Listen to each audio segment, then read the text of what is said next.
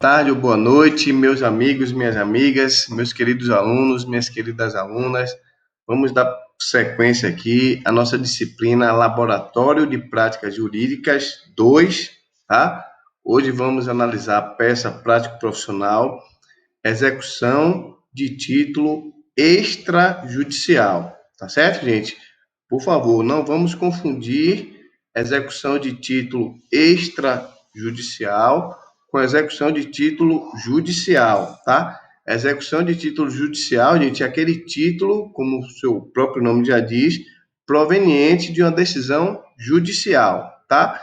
Não é o caso do título executivo de hoje. A gente vai estudar quando o advogado efetivamente vai executar algum título extrajudicial que seu cliente tenha feito aí com a outra parte, que seria a parte devedora, tá? Pode ser, por exemplo, uma relação contratual que foi descumprida, pode ser um cheque que foi emitido, e, enfim, dentre outras possibilidades que a gente vai estudar no decorrer dessa videoaula de hoje, tá certo? Bom, vamos dar sequência então, deixa eu minimizar a tela.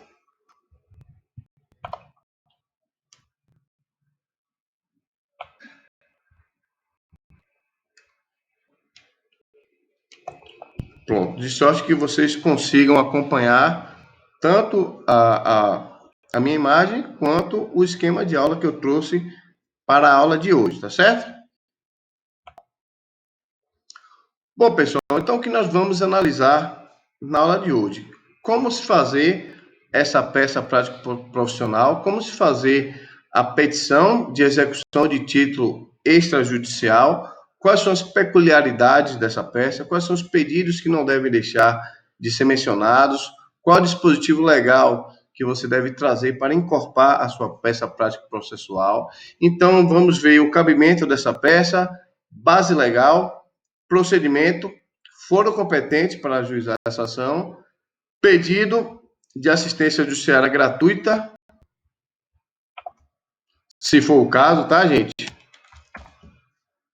Questões a serem respondidas pelo cliente no momento daquela entrevista, documentos necessários para a propositura dessa ação, valor da causa, requerimentos que não podem faltar, e vou trazer alguns modelos dessa peça prática profissional para que você analise. Havendo a necessidade, então, você pausa o vídeo para ver essa peça de uma forma mais minuciosa. Lembrando que eu vou enviá-las para todos os meus alunos, tá certo? Bom, vamos iniciar, portanto, a discussão acerca da aula de hoje.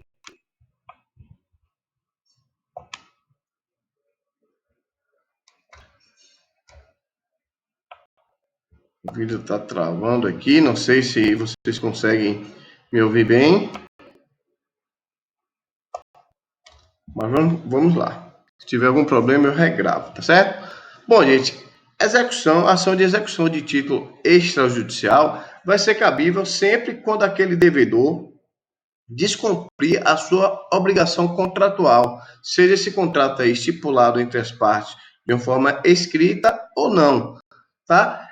Quais são os títulos executivos extrajudiciais que tem o condão aí do ajuizamento dessa ação? Vão estar elencados no artigo 784 do Código de Processo Civil. Gente, são vários os títulos, tá? No nosso Código de Processo Civil a gente tem 12 títulos que não são taxativos, são exemplificativos, tá? Pois o próprio artigo admite outras possibilidades de título, desde que consubstanciados em lei, tá certo? Bom, quais são os exemplos, Matheus, desses títulos executivos extrajudiciais?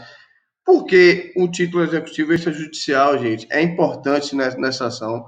Porque você não precisa discutir a origem daquele débito, tá? Então, o título executivo extrajudicial, você já parte para a cobrança, já parte para a ação efetivamente para expropriar possíveis bens do executado, tá? Então, quais são os títulos que tem esse condão, Matheus? Por exemplo, cheque, nota promissória, aquele contrato que foi celebrado entre as partes, desde que haja assinatura de duas testemunhas, gente, isso é importante. Muitos advogados não analisam se aquele título executivo está sendo aí assinado entre as partes, ele foi devidamente assinado, se tem assinatura das partes e das testemunhas que exige a lei, tá? Então, importante que naquele contrato celebrado entre as partes seja também a assinatura das testemunhas, tá certo, gente? Bom, então, gente, são exemplos de títulos executivos extrajudiciais, cheque, nota promissória, aquele contrato celebrado que a parte descumpriu, dentre outras modalidades que estão elencados nesse artigo 784. E o que é importante a gente saber, Matheus, para essa peça prática profissional, é importante que desde quando você ajuizar essa ação, há de se observar também se o seu cliente teve alguma perda e dano com aquele descumprimento contratual. Por quê, Matheus? Porque isso também, gente, eventualmente pode ser objeto dessa ação. Então, digamos aí que a parte, eu vendi, por exemplo, um veículo para uma pessoa, tá? Então, essa pessoa me pagou através de cheque. E o cheque, a gente fez um contrato que esse cheque seria descontado aí no dia 1º de março, tá? Bom, suponhamos que aquela parte me passou um cheque sem fundo e eu não consegui efetivamente, no dia 1º de março, sacar aquele cheque. E suponhamos que com aquele dinheiro daquele cheque, eu pretendia, por exemplo, gente, abrir uma empresa, pagar algum débito que eu tinha, assumir algum compromisso financeiro que eu honrar, na verdade, um compromisso financeiro que eu havia assumido e não pude fazer nada disso por conta do cheque estar sem fundos. Observe que não só nessa ação eu posso executar esse cheque, como também posso cobrar perdas e danos. Por exemplo, se eu perdi uma possibilidade de pagar a minha dívida por conta dessa inadimplência da parte devedora, do executado, eu posso conseguir comprovar isso nos autos, que isso me gerou algum dano, tá? Então, suponhamos que seria um dinheiro que eu iria empregar no meu empreendimento. Seria, por exemplo, eu sou dono de um restaurante e com aquele dinheiro eu iria comprar aí toda aquela alimentação necessária para o meu comércio e não conseguir fazê-lo por conta de esse cheque não ter sido devidamente pago. Então, observem que eu posso ter perdas e danos que podem também ser cobrados nessa ação de execução de título extrajudicial, tá certo? O que eu quero dizer com isso, gente? Que essa ação não se restringe a tão somente aquele valor do título executivo. Pode ir além daquele título executivo, quando, por exemplo, eu faço a cobrança também de perdas e danos por conta daquela inadimplência. Tá certo, gente? Bom, observem que esse título executivo, dado o momento desse processo, ele vai ter a força, vai ter o condão de expropriação. O que é isso, Matheus? Aquele processo de execução de título judicial que aquela parte devidamente citada não apresentou defesa ou não pagou e não demonstrou nenhum interesse de assim fazê-lo, pode ter aí a força, aquele título executivo pode ter a força de expropriação do bem. O que é isso? Determinado bem do devedor pode ir a leilão, pode haver determinada penhora, tá? Então, esse processo, gente, ele tem também essa possibilidade de expropriação, tá certo? Bom, dando sequência, portanto, qual seria a base legal para propor ação de execução de título extrajudicial? Como eu devo fundamentar minha peça, inclusive no dispositivo legal? Gente, artigos 824 e seguintes do próprio Código de Processo Civil, que vai ser aquele artigo que vai tratar da possibilidade de execução por quantia certa. Tá certo, gente? Então, quando você for fundamentar sua peça, você fundamenta no próprio Código de Processo Civil, tá? Nos seus artigos 894 e seguintes. Bom, Matheus, como vai ser esse processo? Como ele vai tramitar? Qual será o seu procedimento? Pessoal, observem, execução de título extrajudicial é um processo mais célere, porque, como já havia dito, não precisaremos rediscutir a origem daquele débito, não precisaremos trazer uma argumentação no sentido de como foi constituído aquele título. Nós, advogados, obviamente, trazemos aí como dos fatos a origem daquele débito, daquele título executivo, por questão de melhor compreensão dos fatos pelo magistrado, tá? Em que pese não há essa obrigatoriedade de se dizer desde a origem da constituição daquele título, o que originou, portanto, aquele título, tá? Mas nós, advogados, é de bom senso que a gente faça pelo menos aí um esboço fático do que aconteceu historicamente para se constituir aquele título, tá certo, gente? Bom, feito isso, alegando aí nos fatos o que trouxe aquele título executivo, bom, trata-se de um cheque, por exemplo, trata-se de um cheque emitido pelo executado devido ao pagamento de uma transação comercial. Por exemplo, não precisa adentrar em questões específicas, tá certo, gente? Bom, então, tendo aí aquele título executivo extrajudicial, a parte será intimada, olha a peculiaridade dessa peça prática profissional. A parte, gente, será intimada para pagar aquela dívida em 3 dias. 3 dias a parte vai ter para pagar aquela dívida. Observem, no momento em que o juiz recebe aquela petição inicial do exequente, da parte que propõe aquela ação, o juiz já pode estipular de pronto honorários advocatícios de 10%. Então, o juiz já pode, já imediato, vamos supor que seja um título de 10 mil reais. O juiz já estipula aí R$ 1.000 de honorários advocatícios. De pronto, de imediato. Bom, assim sendo, aquela parte vai ter o prazo, vai ser citada, tá? Para poder pagar aquela dívida, caso queira, no prazo de 3 dias. Detalhe importante: se o executado paga essa dívida no prazo de 3 dias, gente, inclusive aquele valor do honorário advocatício ele vai ser reduzido à metade, tá certo? Então,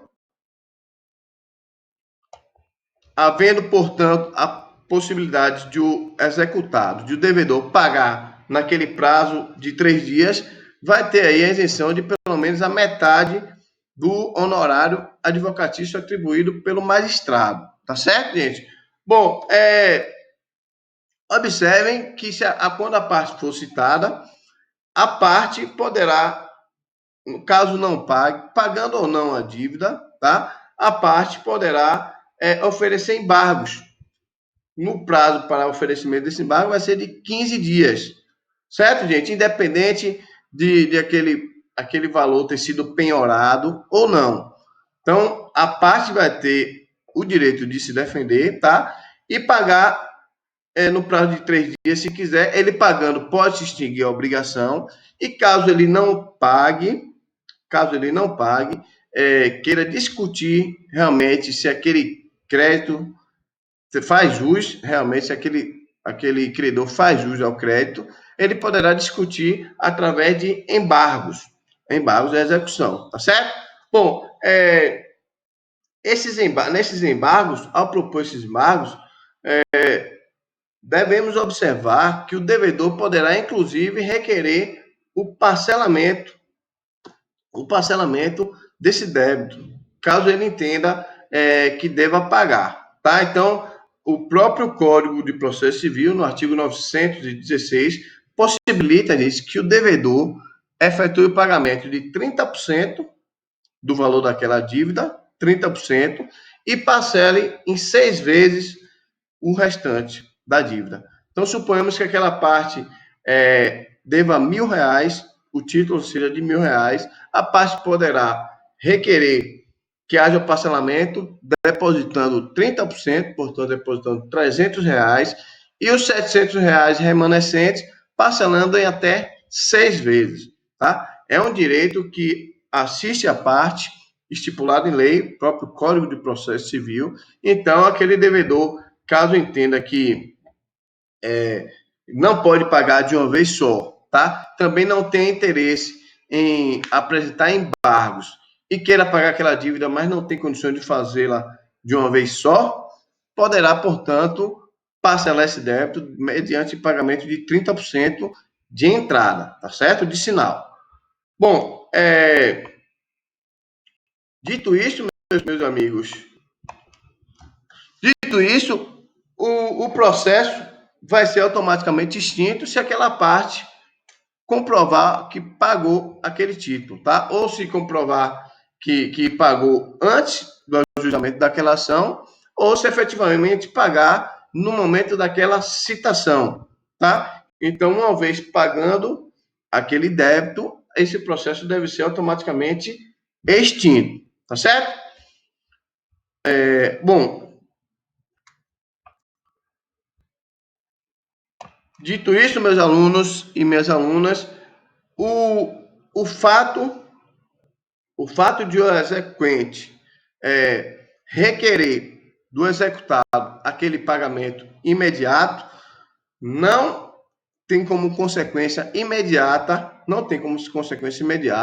a penhora dos bens, tá? Primeiro, a parte vai ter a oportunidade de fazer o pagamento no prazo estipulado pelo próprio Código de Processo Civil, serão aí 3 dias.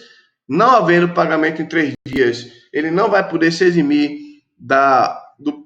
do percentual dos honorários advocatícios, tá? E vai ter o prazo de 15 dias para opor os embargos. Caso a parte fique inerte, e ainda que ele tenha também interposto os embargos, nada obsta que o processo de execução continue. O que você quer dizer com isso, Matheus? Que, olha, eu devedor, posso até apresentar embargos daquele pedido, daquela execução do título extrajudicial, mas posso também sofrer penhora dos meus bens durante esse processo, ainda que eu tenha apresentado os embargos. Então, nada obsta que aquele processo de execução ele prossiga, gente. O fato de a parte apresentar embargos no prazo de 15 dias não tem o condão de fazer com que aquela execução fique parada. Desculpe. Então, a execução prossegue, independente de a parte aí apresentar a sua defesa ou não. Defesa essa que será apresentada através dos embargos, tá certo? O que quer dizer com isso, Matheus, resumindo? Bom, ainda que aquela parte se defenda no processo, o juiz pode tentar efetivamente penhorar algum patrimônio daquela parte, tá certo? Ou seja, o fato de ele apresentar a defesa não impede o prosseguimento da execução. Ok, gente? Tá ficando bem claro? Bom, qual será o foro competente, Matheus, para propor essa ação de execução de título extrajudicial? Gente, o foro competente vai ser a regra geral, o domicílio do réu, do executado, tá?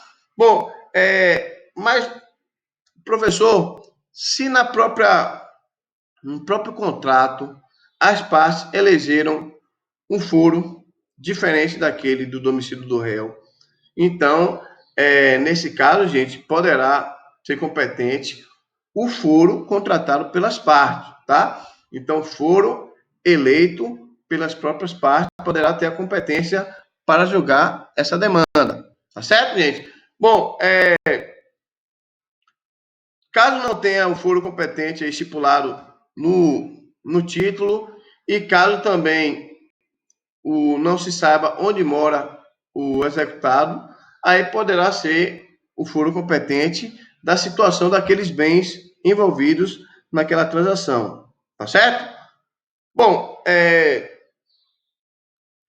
Há de se observar, gente, caso haja mais de um domicílio, o credor poderá fazer jus aí a essa ação em qualquer um desse foro competente, no caso daquele domicílio do executado. Então, cabe a ele escolher, já que o devedor, o executado, tem mais de um domicílio, cabe ao credor, ao exequente, escolher em qual domicílio ele vai demandar aquela ação, tá certo?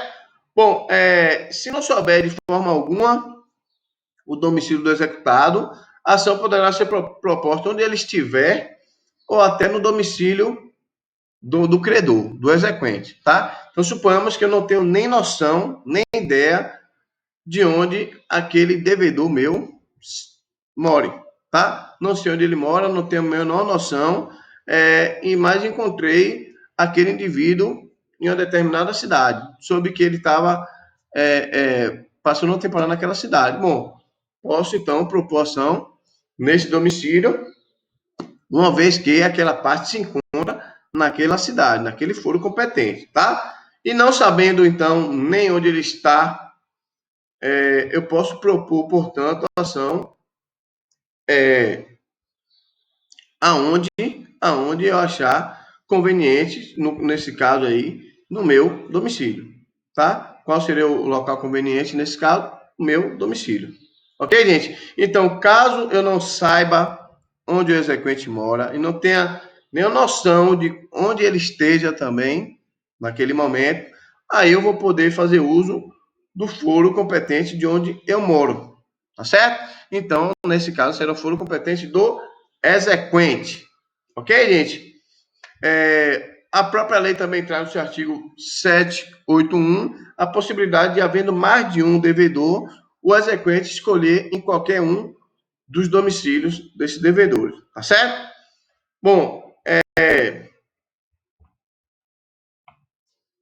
por fim, a lei traz a possibilidade do foro em que se praticou o ato ou que ocorreu aquele fato ali que deu origem ao título. Portanto, onde aquelas partes assinaram um contrato, tá? Pode ser um foro competente, onde eles fizeram a negociação, onde teve aí aquele acerto daquela, por exemplo, compra e venda. Então, poderá ser o foro competente também, onde teve aquele ato praticado, tá? Onde foi aquela situação de fato ocorreu.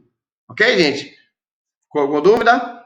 Bom, caso seja aí possível também, já no início da ação, você já pode fazer o requerimento da assistência judiciária gratuita, tá? Para que seu cliente aí seja isento de pagar custas processuais e honorários advocatícios.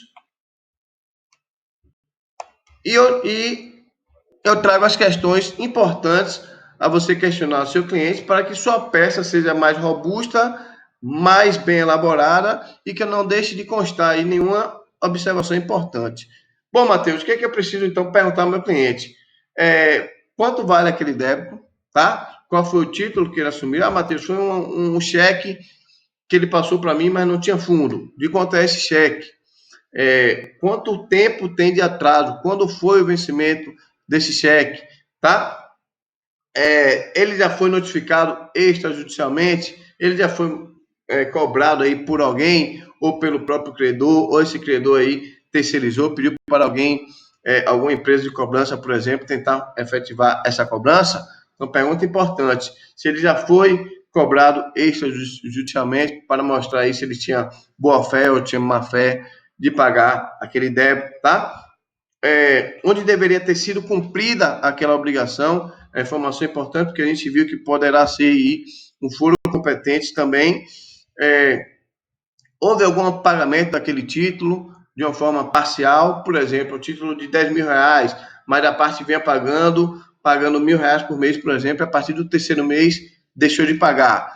Por quê? Porque se houve, gente, um pagamento, ainda que parcial, esse pagamento deve ser mencionado, obviamente, no processo, sob pena de a parte que não alega ser, inclusive, condenada à litigância de má-fé, tá certo? Então, é de uma boa prática processual o advogado informar: olha, excelência, a parte tem um débito de, por exemplo, R$100 mil ao exequente, tá?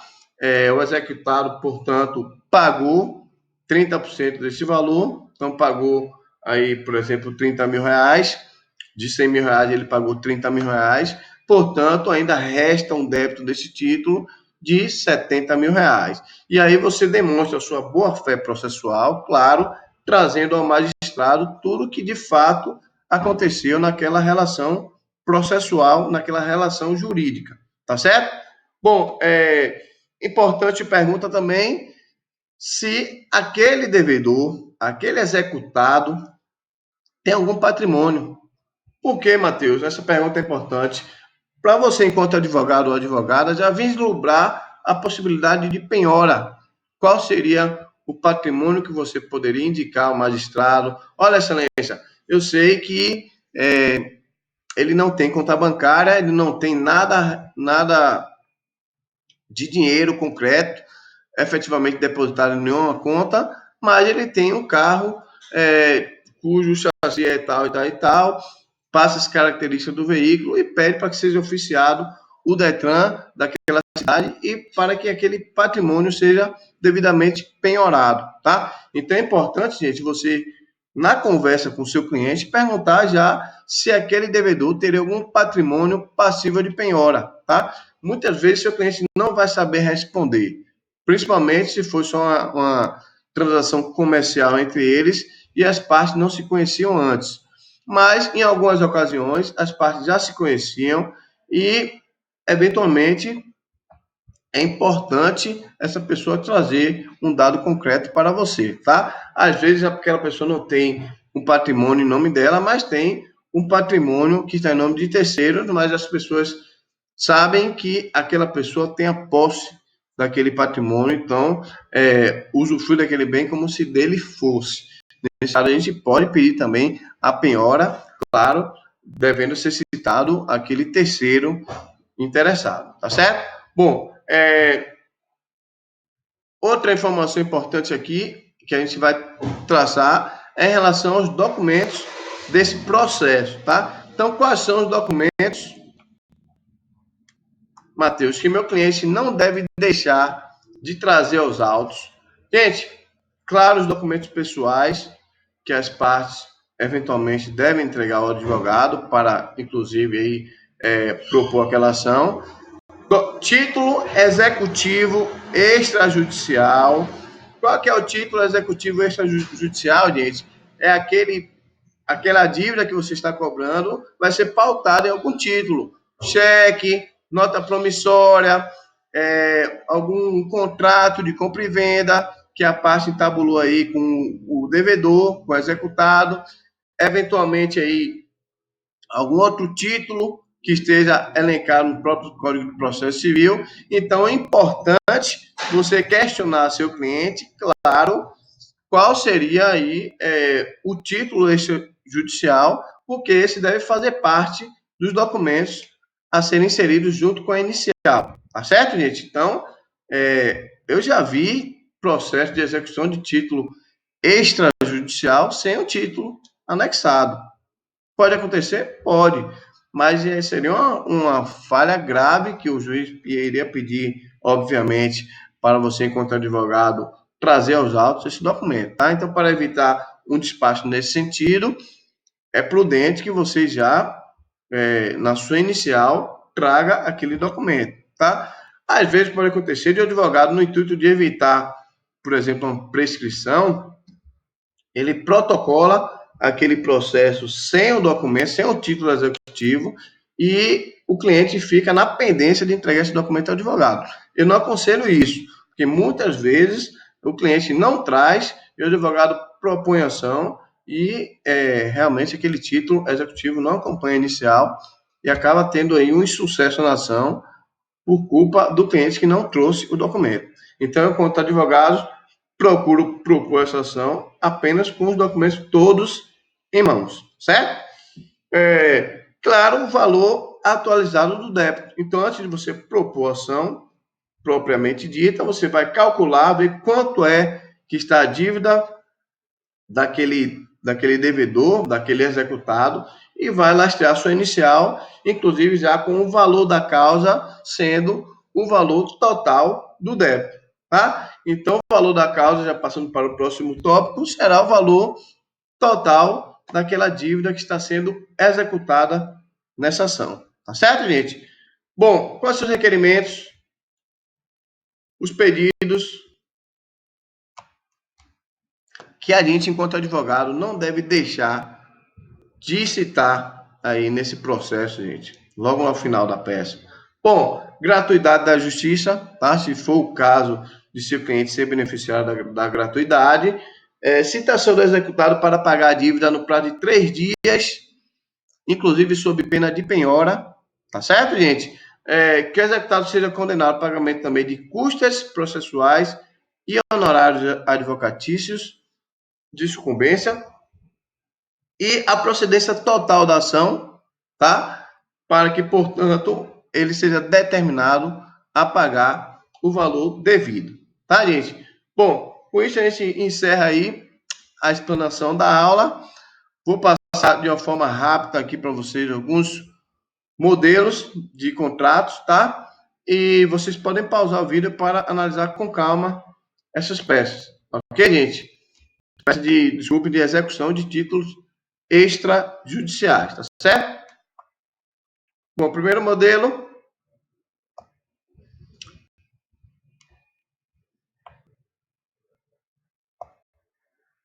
Bom, trata-se aqui de uma emissão de um cheque, tá? No valor de R$ 8.000, apresentado no banco. Então, observe, gente, que na ação de execução de título extrajudicial, como eu falei, não há necessidade de você trazer muito aí, muita informação da origem daquele débito, daquele título executivo, tá? Você pode, inclusive, só mencionar que existia um cheque no valor de R$ 8.000 e esse cheque não foi pago.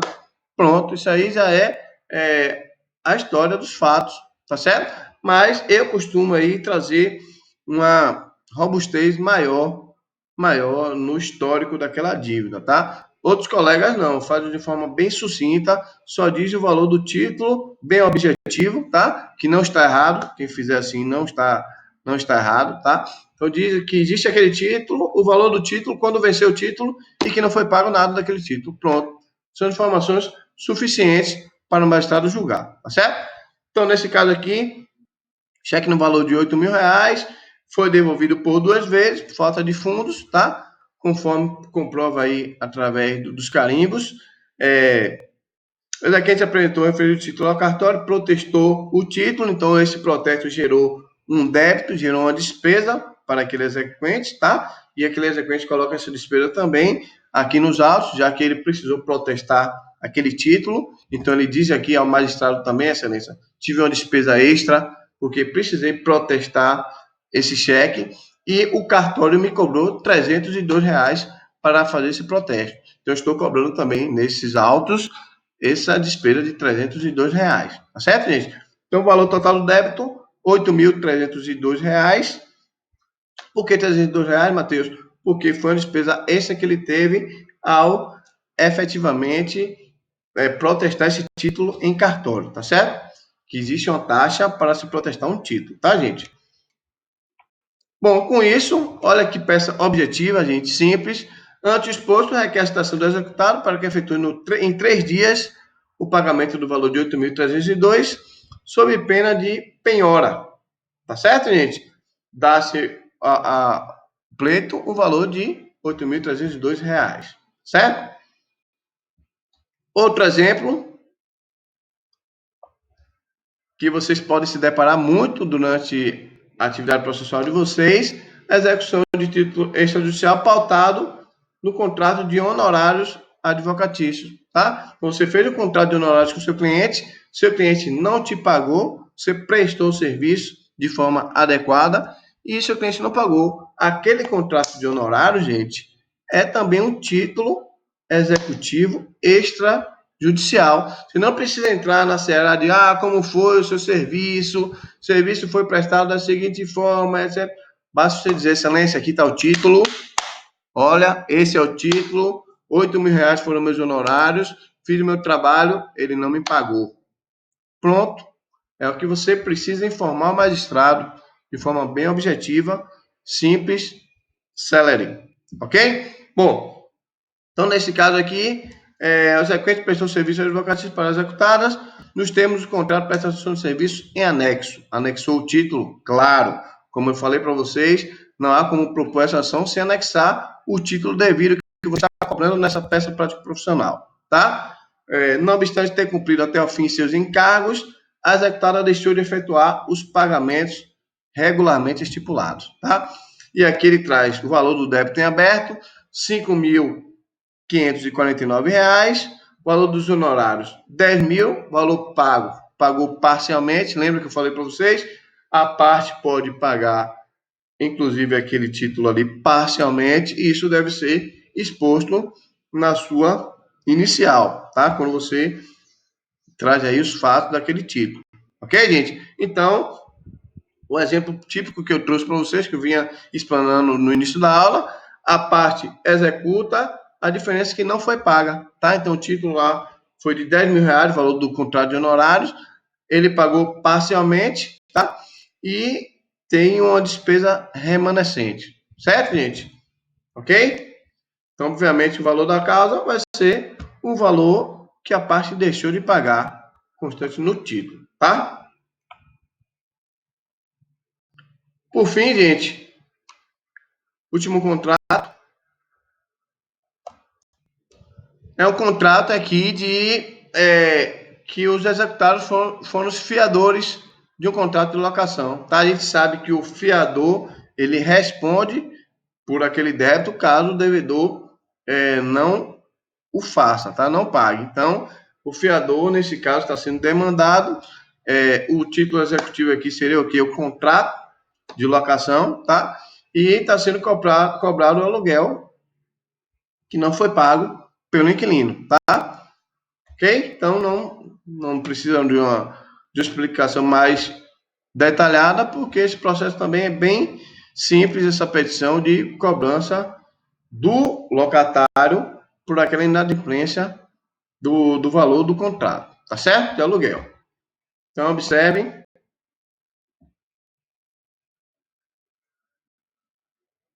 Valor da dívida, 1.685. E dessas formas, pede deferimento. Tá, gente? Então, vou aumentar a tela aqui para me despedir de vocês. Com isso, a gente conclui mais uma aula, tá? Uma aula de uma elaboração de uma peça prática profissional. Peça de hoje é execução de título extrajudicial, tá? Aquele título que não é efetivamente elaborado pelo Poder Judiciário, tá certo, gente? Muito obrigado pela compreensão, muito obrigado pela companhia até o presente momento. Até a próxima oportunidade, se Deus quiser.